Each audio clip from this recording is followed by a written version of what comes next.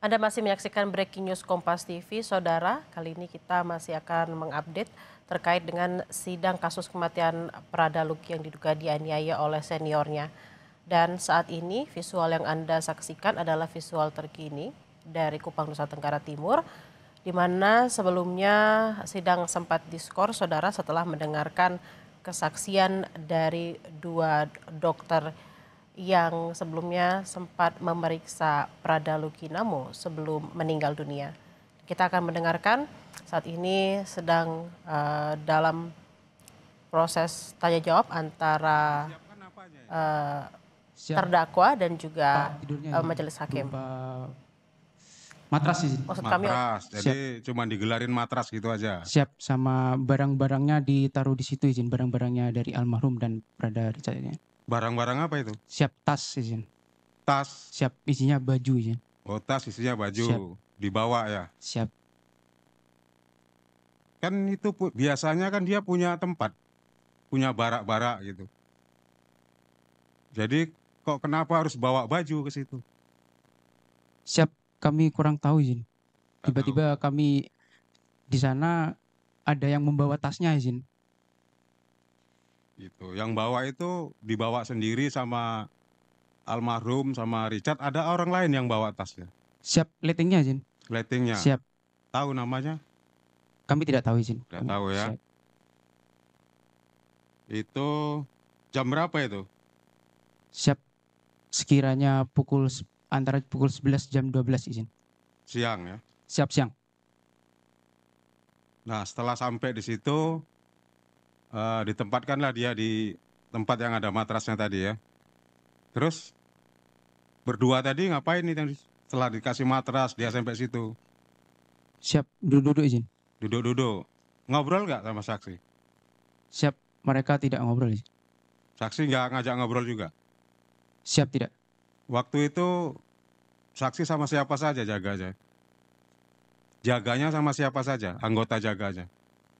Siap, yang piket jaga batalion izin. Iya. Siap, untuk bintara jaganya Sertu Arjuna izin.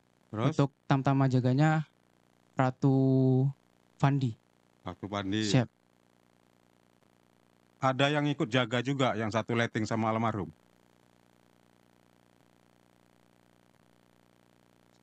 Siap. Mohon izin kami lupa izin. Di situ saksi ada mengecek kesehatannya? Siap, sempat izin. Apa yang saksi lakukan? Siap. Awalnya kami cek tensi izin. Cek Terus? tensi, suhu, seperti itu izin. Ya. Cek isinya tanda-tanda vital izin. Ya. Nah, dan hasilnya yang dari izin almarhum itu normal semua izin. Normal. Kami tanya keluhan, tidak ada keluhan bilangnya izin. Tidak ada yang dikeluhkan seperti itu. Untuk yang untuk Prada Richard, setelah kami tanyakan ada keluhan, tidak ada. Namun itu waktu itu suhunya sempat 38. izin. Yang siapa ini? Yang Prada Richard. Pada Richard. Siap. Ya. Terus? Setelah itu kami konsulkan ke danki kami izin. Danki kami kebetulan dokter izin. Ya. Nah, kami tanyakan terkait dengan obatnya seperti itu. Jadi setelah kami tanyakan terkait obatnya, kami diperintah untuk memberikan obat paracetamol izin. Paracetamol aja. Siap. Terus berjalannya waktu, saksi tetap ada di pos itu? Siap. Izin.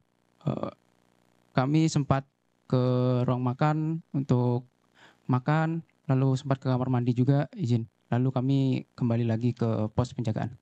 Nah, untuk yang dua orang tadi ini, makannya bagaimana? Siap. Ada lettingnya izin yang mengantarkan. Oh, diantarkan ya? Siap. Dikirim lah gitu ya? Siap. Terus saksi jam berapa serah terima piketnya? Kami serah terima piket jam 10 pagi izin. Jam 10 pagi. Siap.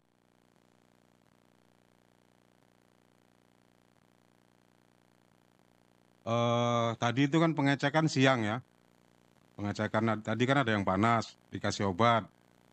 Nah, sorenya atau malamnya ada lagi nggak dicek kesehatannya? Siap, tidak izin. Tidak. Siap. Kan ada di situ juga saksi ya. Siap. Mondar-mandir kan situ kan, piket kan gitu ya. Siap. Ada yang mengeluh sakit? Siap, tidak izin. Tidak ada. Mereka sempat tidur nggak sih? Sempat tidur izin. Tidur. Siap. Siang tidur juga? Sempat tidur siang sebentar izin. Sebentar.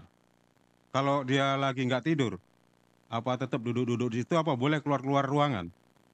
Siap, hanya duduk aja izin. Duduk aja. Siap. Waktu itu tangannya diborgol apa enggak? Mohon izin, pas kami serah terima, waktu itu tangannya terborgol izin. Yang almarhum izin. Almarhum. Siap. Setelah sampai jaga rumah pos jaga, dilepas izin. Oh, berarti diborgol dalam perjalanan. Siap. Terus sampai rumah jaga, borgolnya dilepas. Siap. Jadi selama di rumah jaga itu tangannya sudah bebas, tidak terborgol lagi. Siap, benar. Dua-duanya. Siap, benar. Tadi hasil pengecekan yang saksi lakukan tetap tidak ada keluhan. Siap, benar. Untuk Prada Richard, kan tadi dikasih paracetamol, ada perbaikan nggak?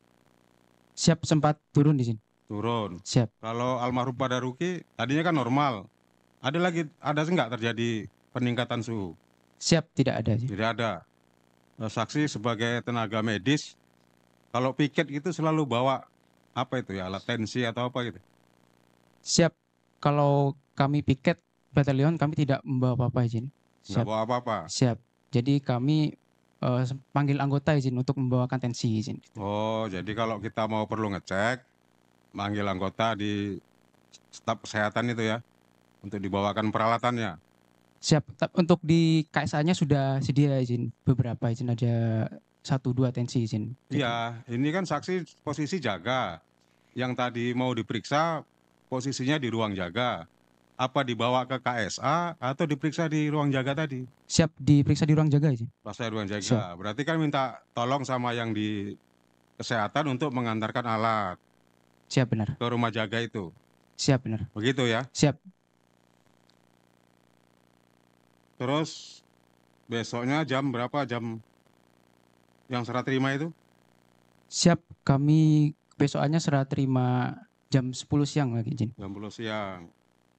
Waktu pertama saksi menerima jaga, ada berapa pos yang perlu dijaga di situ? Siap, ada 2 pos izin. 2 pos. Siap. 1 pos berapa orang? Siap, 1 pos 4 orang izin. Pos 4 orang. 2 pos itu nama pos induk. Siap, yang pertama pos 1 itu ya pos induk, pos jaga izin. Pos Rumah jaga. jaga kuning izin. Ya. Siap. Yang satunya izin sebutannya pos 3 izin. Ya, pos 3. Siap. Terus? Siap. Hanya cukup. 2 itu saja? Siap.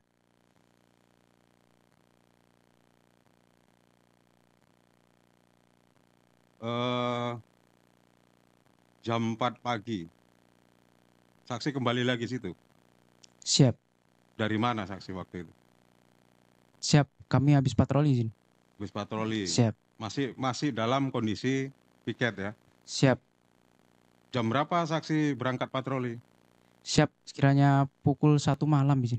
Jam 1 malam dini hari ya. Siap, dini hari. Berarti udah tanggal 30 itu. Siap, tanggal 30 izin. Saksi patroli bersama Siap. siapa? Siap, kami sendiri izin. Sendirian patroli.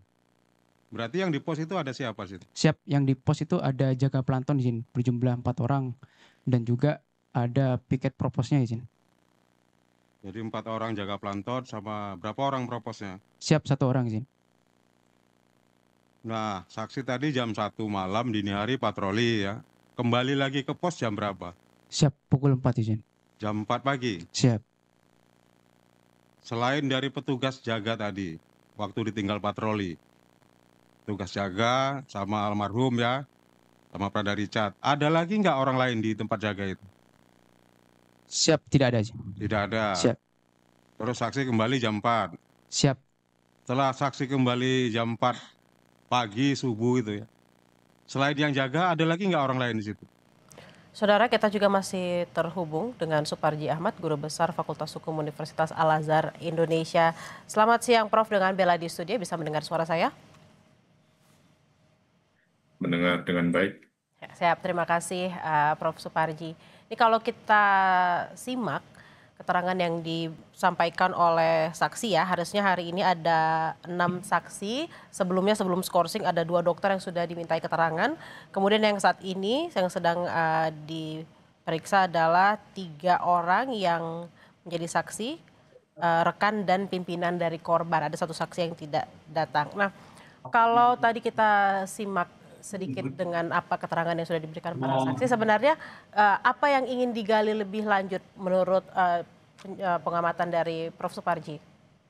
Iya, pemeriksaan terhadap saksi tadi kan sebagai dokter jaga ya, yang kemudian ditanyai secara detail tentang kronologis pemeriksaannya, termasuk juga ditanya apakah membawa alat atau tidak tadi.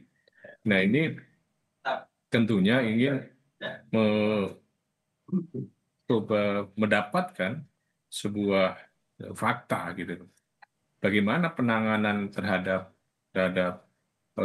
luka yang diderita oleh Rada Luki. Ya. Wah, jadi setelah diperiksa dikasih obat apa ya, paracetamol dan lain sebagainya. Nah, ini menarik ya, apakah ini untuk memastikan pada satu sisi tentang penyebab kematian, atau kemudian kelalaian dalam konteks mengantisipasi tentang resiko yang lebih buruk kepada korban gitu ya.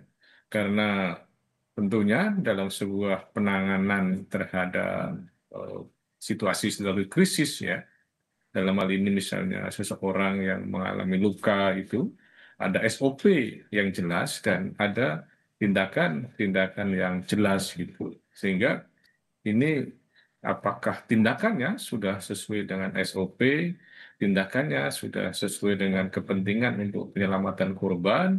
Nah, ini termasuk menjadi salah satu bagian yang mencoba digali.